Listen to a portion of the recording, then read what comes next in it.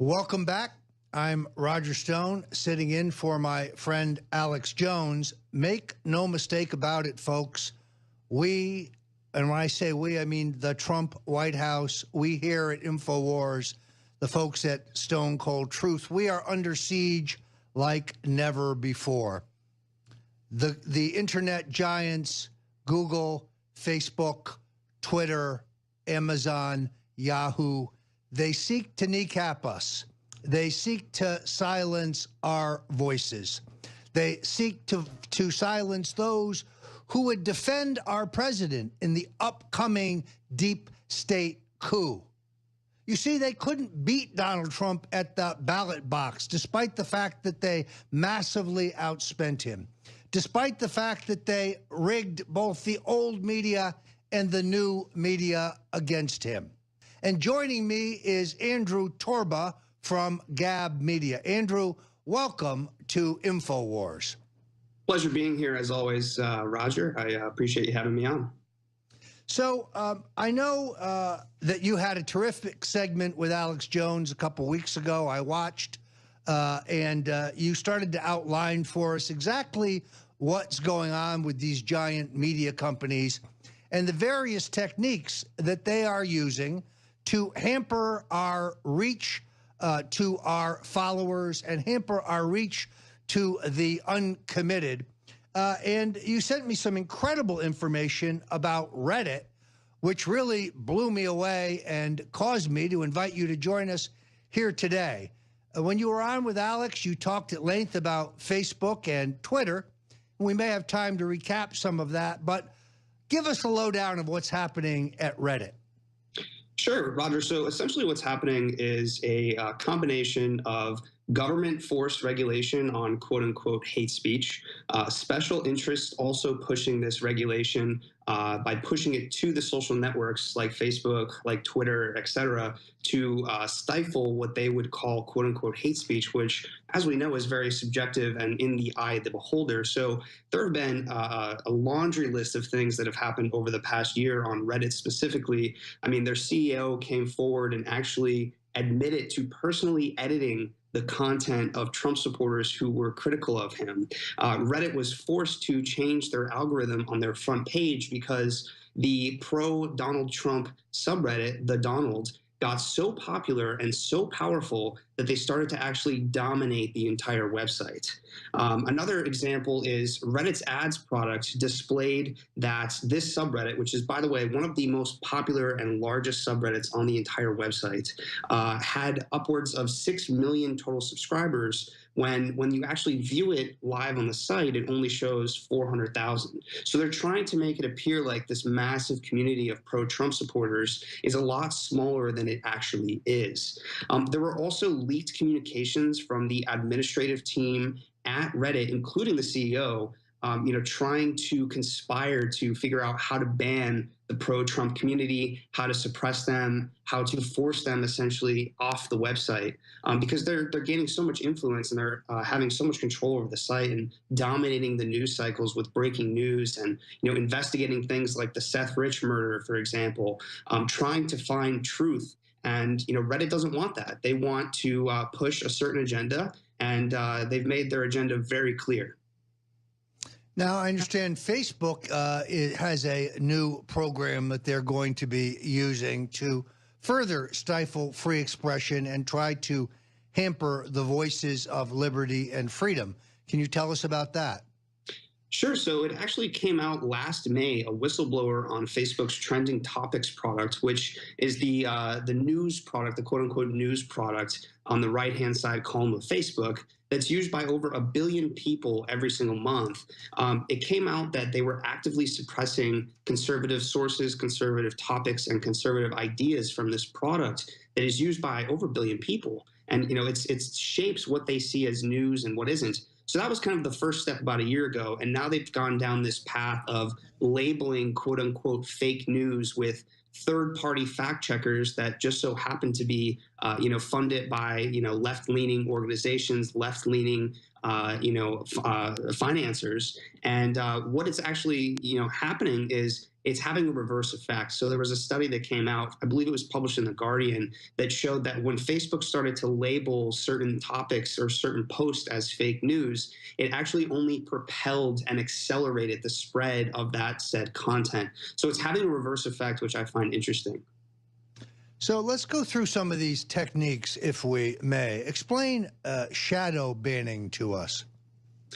Sure. So, shadow banning is a way to essentially hide content from people who aren't necessarily following you. It's used on Twitter as example. When you look under the president's tweets and you see, a lot of the negative replies from, what appear to be, a lot of people that are upset with the president or don't agree with what he's doing. Twitter is using, the guise of hiding, quote unquote, what they call abusive tweets, and actually fully removing them from the thread. So even, large personalities like Paul Joseph Watson, for example, when he gets in there and replies instantly right to the president and, has hundreds of retweets and favorites on his posts, he ends up getting dethreaded or he ends up getting bumped very far down on the reply list. And Twitter accelerates and bumps up the negative replies and the attacks on the president. And you don't see this type of reaction on the president's posts on Facebook, for example. If you view all the top comments, they're all positive or at a minimum politically neutral. Explain search filtering to us. Sure. So as you know, Google, controls what you're seeing at the top of, the page one result is really, the critical spot. That's where most people are going to see the majority of their content.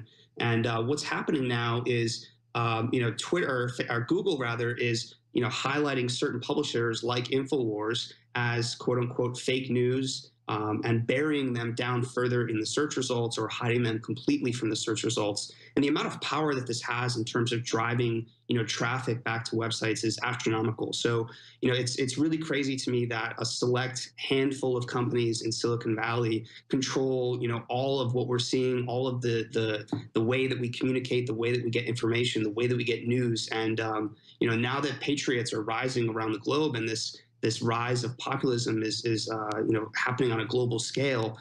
They're trying to take back control, through these different forms of censorship and through these different forms of control that they're exercising.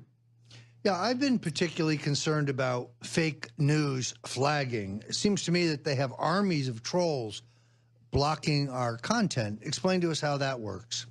Yeah, so Facebook actually just came out and said that they hired about 3,000 employees to view different flagged posts. And obviously we have third-party special interests such as Media Matters and their conglomerate ShareBlue, which is David Brock's organization. And they actually, came out and during the election and had, these paid trolls on Twitter, on Reddit. We've seen them even on Gab on our end. And these people are actually paid, per post to attack positive replies and go after, different posts on the internet and try to create this psychological, perception that things are, actually different or people have a different opinion than the majority of people on the internet. So I know you are the founder of Gab, which is an alternative, conservative social media organization. I know you've got some new TV and streaming features, which I'm very excited about. Why don't you preview those for the InfoWars audience?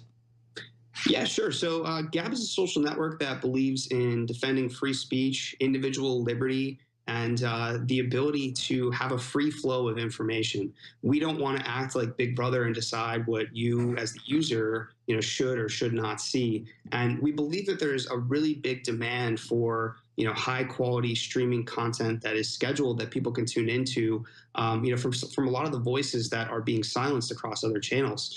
For example, you see the demonetization of a lot of content creators on YouTube where, they wake up and, 30, 40, 50, 75% of their monthly revenue is cut, just completely gone overnight because advertisers are, pulling their ads from YouTube over again this narrative of quote unquote hate speech. And it's crazy to me that on the internet you're not allowed to be critical, you're not allowed to have comedy, you're not allowed to use facts and data and real information to get news and cover things that are important in the world anymore.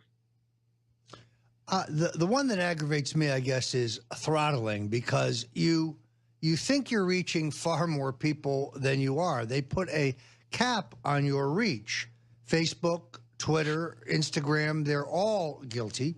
It seems to me that when the network identifies a post that's going viral, they clamp down immediately to stop its spread. It's amazing how many of my followers contact me and say, "Aren't you posting anymore? I never see anything from you. Have you stopped posting?" And then you've got these social justice warrior puppets. This is even entertaining. It seems to me Facebook is very aggressive about taking down, fake identities, fake accounts, as is Twitter. But now they routinely purge our accounts, right, but they leave standing the accountants put together by David Brock and the other misfits at Media Matters for America. And then, of course, there's the troll bots. Right. If you look at any of the comments on Facebook or Twitter about Get Me Roger Stone, the terrific Netflix documentary that features yours truly and the important role of InfoWars in the rise and election of Donald Trump, you will find a torrent of hate, a torrent of obscenity, a torrent of attacks, and you'll find almost none of our supporters. Right. I guess, we get to the bottom line is, how will we solve this, Andrew? What do you think the solution to this assault on our free expression is? Sure. So the solution is that alternatives like Gab, like others, are going to rise. There's going to be a fragmentation of the social networking ecosystem, of the online ecosystem, and there are alternative technology platforms for everything, for search, for Wikipedia, for social networking, for image hosting.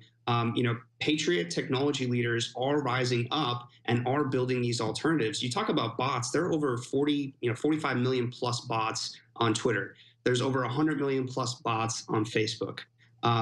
There are essentially what's going on is there's this double standard. So the way that the left in Silicon Valley works is anytime they use a rule against us, they can just say, well, we're enforcing our rules.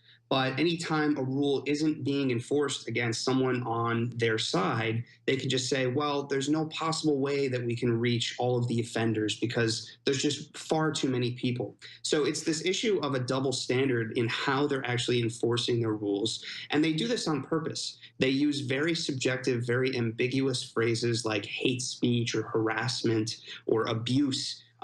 Things that can be defined in many different ways, and it gives them this broad, ambiguous scope to selectively enforce the rules, selectively enforce what they want people to see and what they don't. And that double standard, people are becoming more and more aware of it, and they're coming to alternatives like Gab and like others. And I think that trend is going to continue. That's the only way that we move forward, is that if patriot technology leaders step up, build alternatives, and we stop making these companies money.